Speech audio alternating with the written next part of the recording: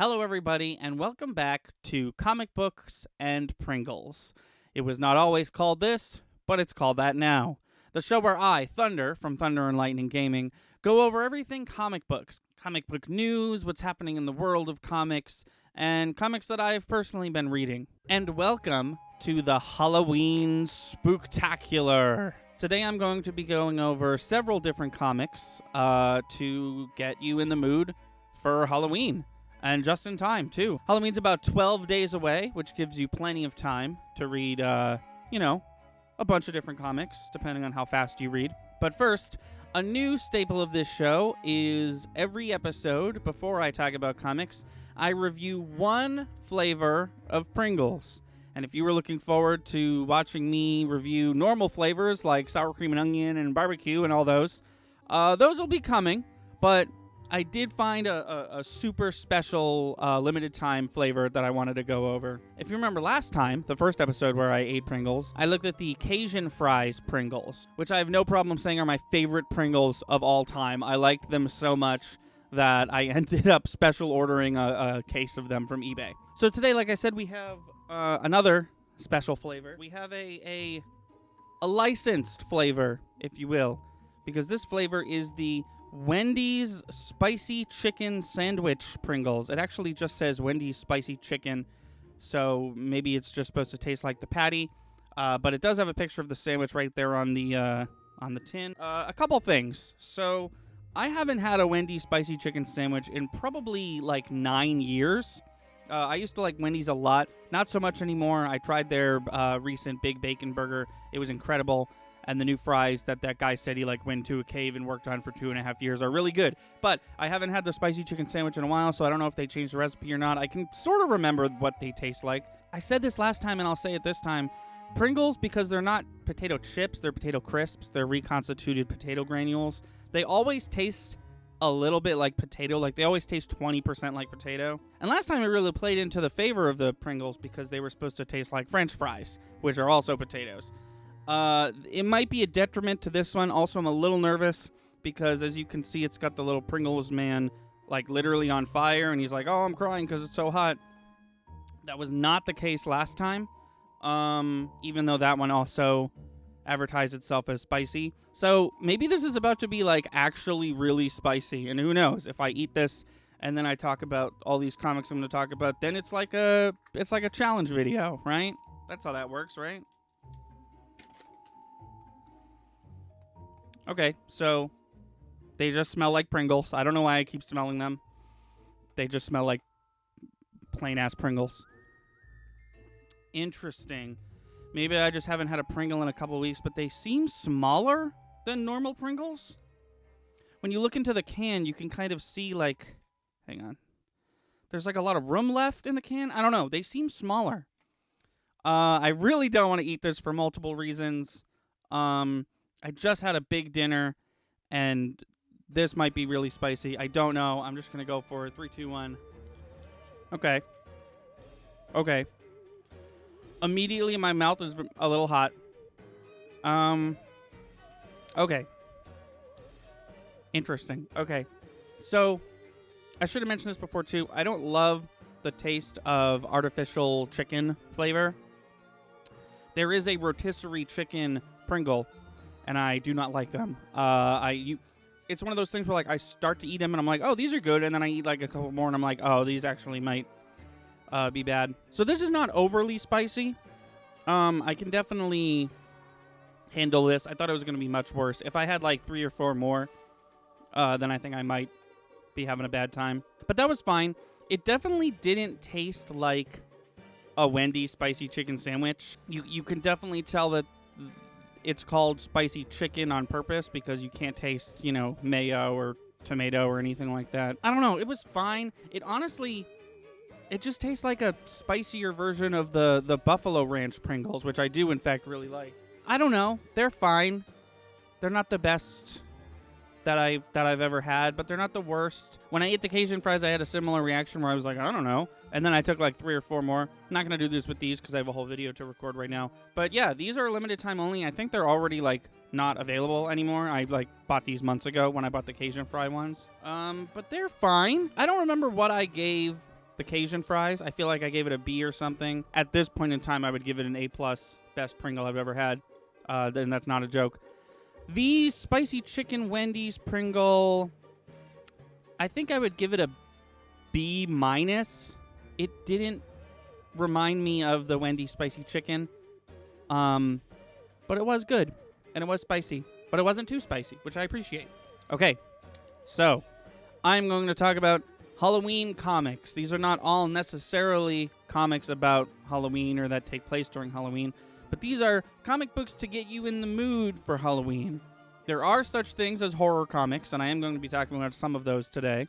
So there's one series of horror comics that I want to make the main focus of this video, so I'm going to talk about that one last. I'm going to talk about a bunch of comics. I'm just going to sort of list them and give like literally a sentence about each one.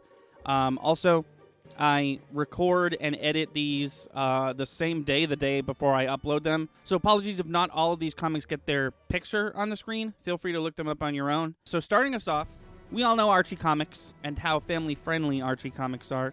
But there is, in fact, and not many people seem to know this, there is a whole entire Archie Horror section of their publishing company. If you've ever heard of or seen the Netflix original show, The Chilling Adventures of Sabrina, that was, of course, a comic book first. It is part of the Archie Horror, umbrella. And then there's also two other ones. There's Jughead the Hunger, and there's Vampironica. So Jughead the Hunger is what if Jughead was a werewolf. Sort of a tongue-in-cheek take on that, because Jughead's whole thing is that he eats a lot, and like now he's a werewolf. And then Vampironica is, of course, Veronica of Betty and Veronica fame, but she's a vampire. And then there's also Jughead the Hunger versus Vampironica.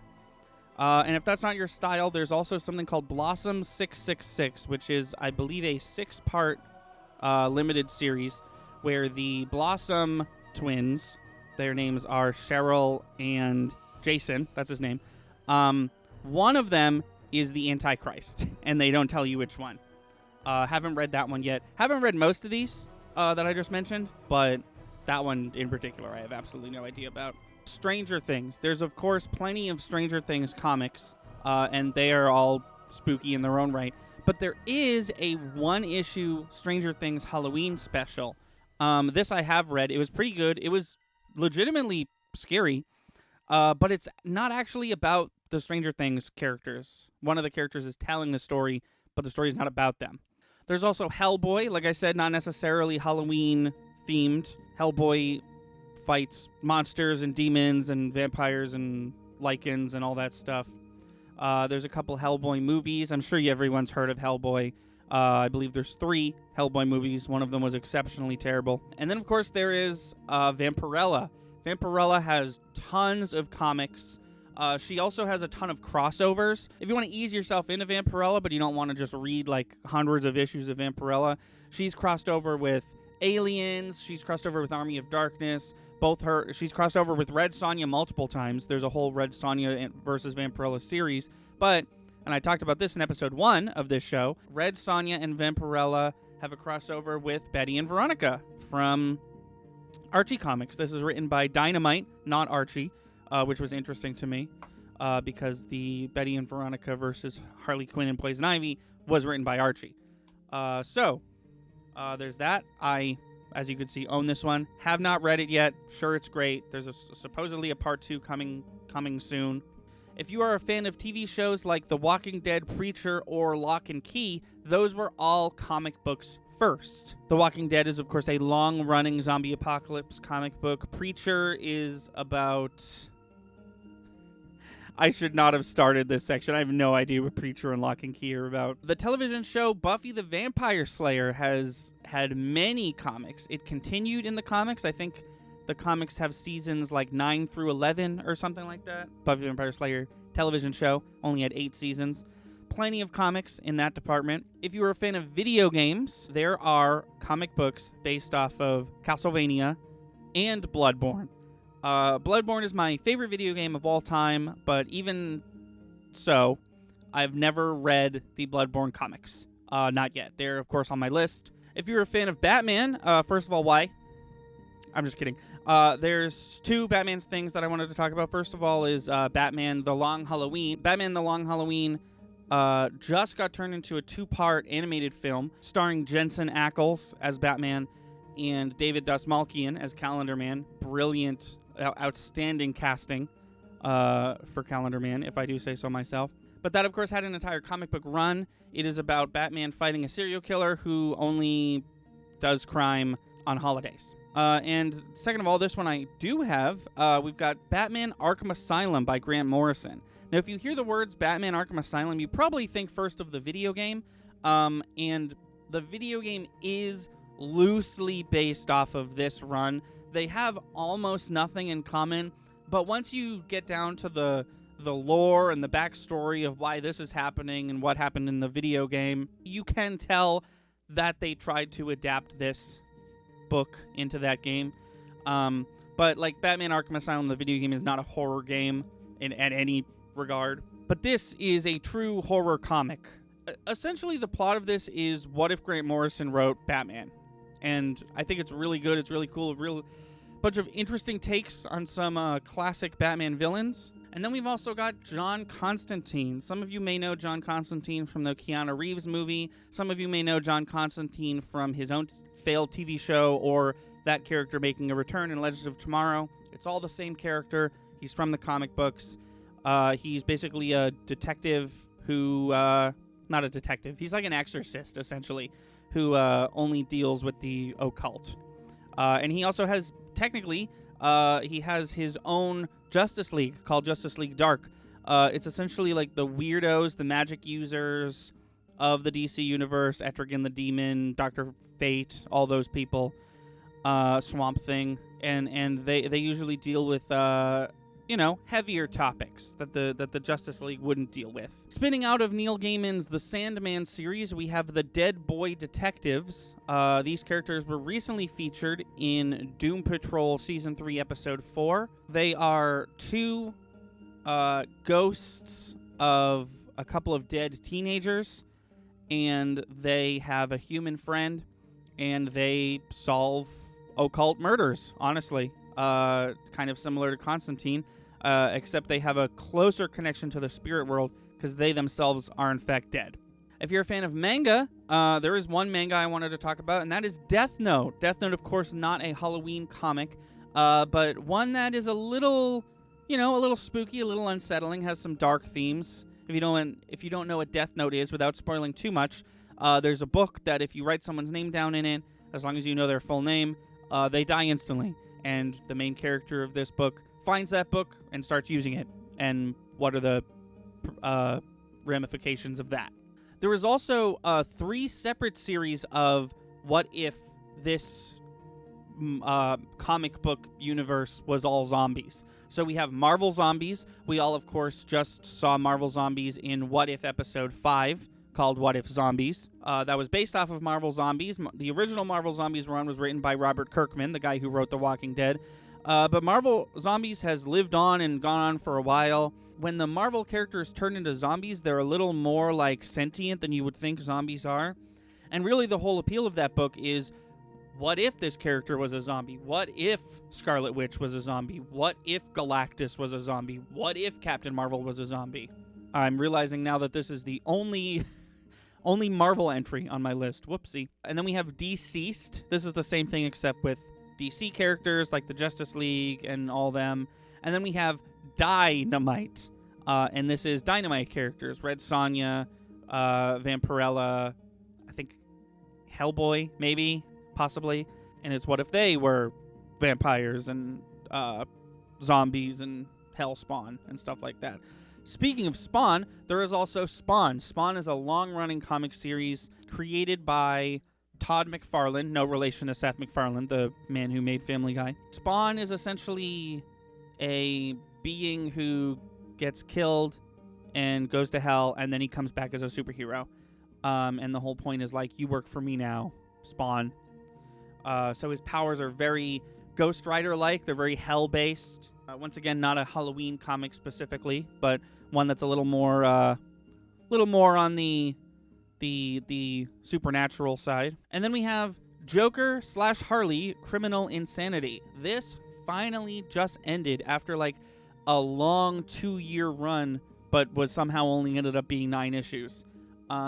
Joker / Harley, Criminal Insanity is like a retelling of the Harley Quinn meets Joker and he turns her insane backstory, but if it was a classic, true horror take on those happenings. I've, of course, talked about in the past Harleen, which is another one of my favorite comics, which is more of a romantic drama, sort of a neo-noir romance version of that backstory. This is yet another version of that backstory, but more horror-oriented. If you watch my last couple episodes of this, you'll know about these DC anthologies, and they've been great. DC has been doing this. They've been doing, we'll get like 10 or 12 writers to write one short issue, and we'll put them in one book. They did one for Pride Month. They did one for Asian American Pacific Islander Heritage Month. They were both fantastic. There's a new one, and it's for Halloween. It's called Are You Afraid of Darkseid? Gather round the fire, fellow campers, because it's time for the most terrifying of traditions. Campfire stories so scary you'll never sleep without a nightlight again. The Teen Titans guide those brave enough through tales of Batman and the Hidden Killer, Superman and Lois and the Killer in their back seat, Harley Quinn and Darkseid versus a furious Bloody Mary, and 4 more stories so hair-raising you'll call your mommy to come pick you up. So toast your marshmallows, pull up a s'more, and answer the only question that matters this Halloween: are you afraid of Darkseid? So this just came out a couple weeks ago. I haven't read it yet. I'm kind of cash poor right now, but I will end up reading that soon. There's also one from 2018, similar fashion, called A Very DC Halloween. Same deal, just a anthology series, bunch of different writers, bunch of different horror stories. And I wanted to take a brief moment before I talk about our main attraction to go over some stories that I recommend if you are in the Halloween mood, but not necessarily in a mood to be scared. I know that some people don't appreciate horror, which is totally fine. So these are some that are not necessarily scary or Halloween themed, but they're a little spooky, a little mysterious to get you in the mood. And they're all things I've talked about before. So for the first 2 are Dark Knight Metal and Dark Knight Death Metal. These are some of my favorite comics. They're really good. I suggest reading, if you're going to read them, I suggest reading the whole thing. All the spin-offs, all the one-offs, everything. And then spinning out of those, we have The Batman Who Laughs, which is a hyper-focus on the character of the Batman Who Laughs from the perspective of a alt-universe Batman who is actively trying not to become the Batman Who Laughs. And then we have Vision. I've talked about this also. This is what WandaVision was loosely based off of. Vision is what if Vision used the stuff that Ultron used to make an entire family, and then they live a normal life, and things start to get really, really weird. And Wanda gets involved, and Agatha gets involved. It's a lot, but it's good, and I like it a lot. And finally, for the main attraction, we return back to the realm of Archie Horror. I led you astray a bit, and I didn't talk about the flagship Archie Horror title, and that is Afterlife with Archie. Afterlife with Archie is essentially just, what if there was a zombie apocalypse in Riverdale? Essentially, the story goes that Reggie Mantle runs over Jughead's dog, Hot Dog, with his car. Jughead is sad, obviously, but instead of mourning, he takes his recently deceased dog to Sabrina, the teenage witch. She brings the dog back to life, even though her aunts tell her not to. Her aunts banish her to hell. I think you can see where this is going. Jughead has a zombie dog. A zombie dog bites him. He's patient zero, as it were. He goes to the school dance, and he starts biting people. Horror and zombie apocalypse stuff ensues from there. So this is book 1. This is the first 5 issues. And unfortunately, the really bad news about this series is that it's not finished. And it's most likely never going to be finished at this point. It's currently 11 issues, and it was supposed to be 13. But the writer, Robert Aguirre Sacasa, got busy doing other stuff, like making the Chilling Adventures of Sabrina TV show and working on stuff like that. So he never got around to finishing Afterlife with Archie, which is a shame because it's very good. The later issues, Betty's the main character. It shows what happens to Sabrina in hell. There's an issue all about Josie and the Pussycats. It's really good, and I highly recommend it. It was kind of spooky, which I enjoyed. I like when comics refer to themselves as horror and then they are actually scary, which is pretty cool. And I really do appreciate the whole, like, this group of characters. What would it look like if a zombie apocalypse happened? Also, in my opinion, I haven't watched Riverdale, the TV show, since season 3. I sort of fell off, and I think they're on 6 or 7 now. And word on the street is it's just been getting crazier and crazier. But if that show ever gets canceled, and they get like a whole season's heads up that they're canceled, which is usually the case, they should do Afterlife with Archie. In Riverdale, Jughead's character is writing a book the whole time, and he's narrating the show, and all the narration is from his book. In the comic book, Jughead is the first zombie. I think they should stick with that. He should become a zombie, and then when it comes time to do the narration of his book, it's just zombie noises. I think that would be funny. I think Afterlife with Archie is a great book, and I think it would be a great way to end that show. I don't think they would ever do that, but I think that would be just so bold. And that would make news, because people know about Riverdale, but I don't think a lot of people watch it. That would make news if it was like, hey, did you hear that Riverdale is like doing a zombie apocalypse thing? And you're like, I thought it was canceled. And they're like, yeah, no, it was, but they got one more season. They're killing off everybody. But yeah, that's going to do it for me. Happy Halloween. Thank you so much for watching. And join me next time. Next episode will be releasing in December, just in time for Christmas. But I'm not going to be doing a Christmas special, probably, because there's not as many Christmas comics as there are Halloween comics. So join me next time as I talk about Life is Strange, Far Sector, Batman vs. Bigby, The Trial of Magneto, Crush and Lobo, Batman 89, and probably Matt Fraction's Hawkeye. Thank you for watching.